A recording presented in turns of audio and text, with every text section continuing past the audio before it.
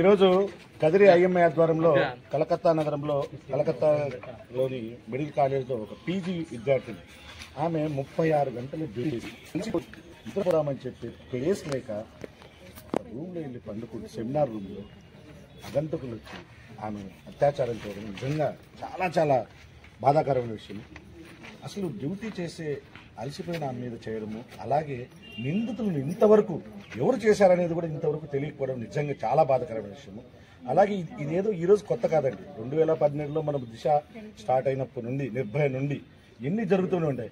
కానీ దీనికి ప్రాపర్ మేము ఎందుకు చేస్తున్నామంటే ఏదో ఈ రోజుతో అయిపోతే మళ్ళీ ఇంటికి పోయి గమ్మని కూర్చుందామని కాదు. దీని గురించి ఒక చట్టం రాలి.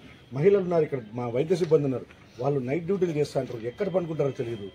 మేము జెడ్+ కేటగిరీ అడగట్లేదండి, మాకు పడుకునేదానికి ఒక రూమ్ ఇవ్వండి, అలసిపోయి వస్తాము, మీకు సర్వీస్ ఇస్తాము, మేము మాకు ఒక ప్రొటెక్షన్, ఒక చిన్న రూమ్ పండుకునేదానికి ఇవ్వండి. ఆ అమ్మాయి అక్కడ వెళ్ళడం వల్లే కదా.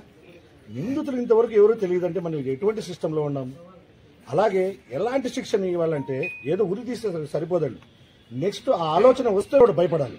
అలాంటి శిక్షణ ఇవ్వాలని మేము కోరుకుంటున్నాము. అలాగే కట్టుదిట్టమైన మన వరకు చట్టం ఇప్పుడు దాన్ని మళ్ళీ పైకి కావాలి, ఆ చట్టాన్ని అమల్లో చేయాలి. ఎవరైనా ఆలోచన కూడా రాకూడదు. వాళ్ళకి ఇచ్చే శిక్ష ఎలా ఉండాలంటే ఎవడైనా మదిలో అలా చేయాలని వస్తే మైండ్లో ఆలోచన అక్కడే వాడు ఆగిపోవాలి, భయపడాలి.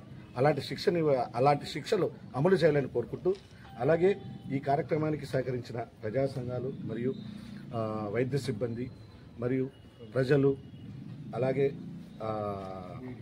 మీడియా మిత్రులకి అందరికీ మనస్ఫూర్తిగా ధన్యవాదాలు చేస్తున్నాము. అలాగే పోలీసు వ్యవస్థ ధన్యవాదాలు చేస్తున్నాము. అలాగే ఈ రోజుతో ఇది ఆగదండి, ఇది జస్ట్ స్టార్ట్ చేస్తాం అంతే. ఇన్ని రోజులు చూసాం ప్రభుత్వం ఏ విధంగా రెస్పాండ్ అవుతుందని. ఖచ్చితంగా రెస్పాన్స్ సరిగ్గా లేదనుకోండి, ఖచ్చితంగా మేము ఇండెఫినెట్ స్ట్రైక్లోకి వెళ్తాము. అందరికీ న్యాయం జరిగే వరకు. నెక్స్ట్ ఎలాగంటే ఇదేదో ఆ అమ్మాయితోనే కాదండి, నెక్స్ట్ ప్రతి ఒక్క మహిళ, వైద్యులు, వైద్య విధానంలో మార్పులు రావాలని మేము చేస్తున్నది. ఇది ఇండెఫినెట్ స్ట్రైక్ కూడా మేము వెళ్ళేదానికి ఎటువంటి వెనకాడమండి. ఈ తక్షణమే ప్రభుత్వం స్పందించి తగు చర్యలు తీసుకోవాలని కోరుకుంటున్నాం.